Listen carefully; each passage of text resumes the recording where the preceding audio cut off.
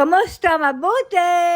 For today's video. For today's video, itong araw na nag-celebrate kami ng aking birthday. Kinuha ko na nga sa rep yung aking biniling cake at sabi ni Lola ay kakantahan na nila daw ako ni Nilush. Ay nga't iniready ko na at nang puntahan ko naman si Lola sa kanyang kwarto ay nakatulog naman. Kaya naman habang natutulog pa si Lola ay nagluto muna ako ng maha blanca. Pinagsama-sama ko muna nga dyan ang lahat ng mga sangkap maliban sa cornstarch dahil panghuli yun. At dahil hindi dito uso ang ibap na gatas ay fresh milk lamang ang ginamit ko at mas masarap nga sana kung ibap na gatas ang gagamitin. Naglagay nga din ako dyan ng isang lata ng gata, kernel corn, yad-yad na cheese at condensed milk. At mas masarap nga lalo at mas malasa kung may cream corn.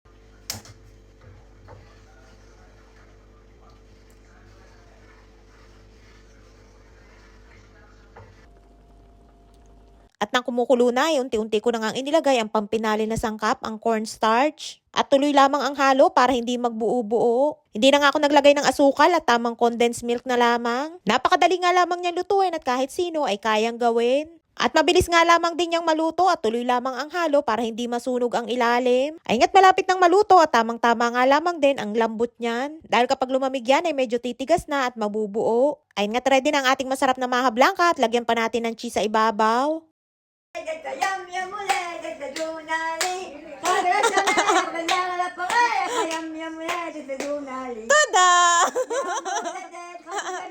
Ay nga, todo kanta na si Nilush at nagising na nga din si Lola kaya naman tinawag na ako para makapag-celebrate na daw kami. At pati nga si Nilush kahit hindi siyang may birthday ay sobrang excited na din. Ayom yom uledet, ayom yom uledet, ayom yom uledet, Rajunali.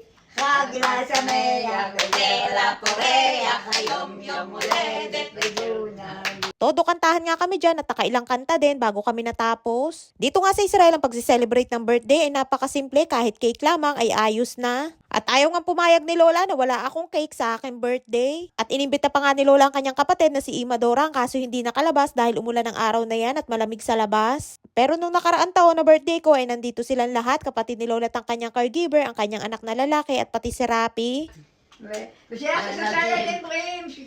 mami od. Arbebre yo. Catch time shano. Atrut saga.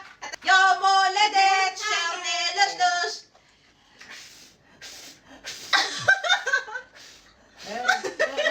Masano. Ayun nga, tuwang-tuwa si Nilush at para nga lamang bata na kapag merong may birthday, gusto ding makiihip ng kandila. Darbanelos. Yo moledet kagla kagla. Manay mamanya magic pabenta sa daraba. Daraba. Ayun nga, kahit simple lamang aming selebrasyon ay napasaya din ako ni Lola at ni Nilush. Pang-walong birthday ko na nga yan dito sa Israel at simula nga nang dumating ako dito kay na Lola ay lagi din silang may paganap kapag birthday ko. At pagkatapos nga ng kantahan ay nandito na tayo sa paboritong part ni Nilush, ang oras ng kainan. At happy-tummy na naman si Nilush for today's video. Tamang kain nga lamang ng cake at may kapartner na kape. Nagustuhan nga din ni Lola yung binili kong cake at ang sarap daw. At natuwa nga din si Lola dahil ang ganda daw nung cake.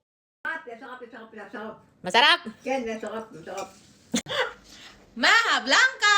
Tagi nila dinig maha blanca. Blanca, degrida. Sino grida? Maha blanca, sorry, maha blanca. Ayun nga't pinatikim ko na din ang aking niluto na maha blanca. Takala pa nga ni Nilush ay ice cream yan. Medyo malambot pa nga dahil kaluluto lamang. Pero sarap na sarap si Lola dahil malambot at mahilig din si Lola sa mais. At syempre kay Nilush ay automatic na masarap yan, lalo na at matamis. Konti-konti nga lamang ang kain dahil kumain na din ng cake at baka masobrahan sa matamis. Uledet, ayom yom uledet, Rajunali. Kagla sa meya, kagela poreya, ayom yom uledet. Kakabot! Darba Nilush! Ayan nga't hindi pa tapos at may pahabol pa na kanta at sayaw si Nilush. Tinawag nga din ako ni Lola at binigyan ako ng pa-birthday 200 shekel o mahigit 3,000 pesos sa pera natin sa Pinas. Darba Nilush!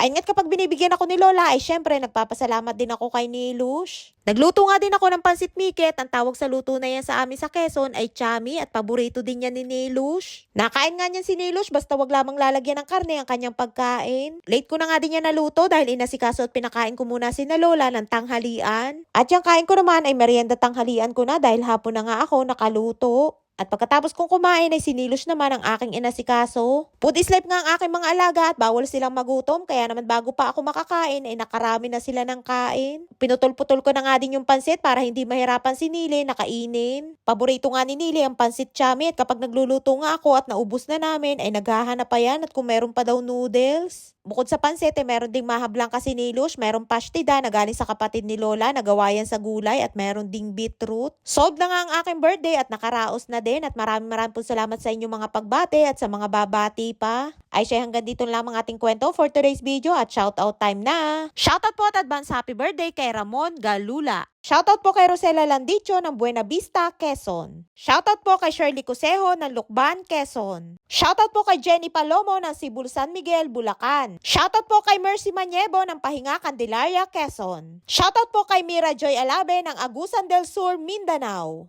Shoutout po kay Ricky Villanueva ng Maribeles, Bataan. Shoutout po kay Tessie Lapus ng Gulod, Cabuyao, Laguna. Shoutout po kay Nika Nix ng Davao City. Shoutout po kay Kakiza Aisa ng Mauban, Quezon. At shoutout po kay Rihanna Rodriguez. Maraming po salamat sa inyong suporta at laging panonood. Mag-iingat po kayo palagi. And please subscribe to my YouTube channel. Please follow and share. Salamat!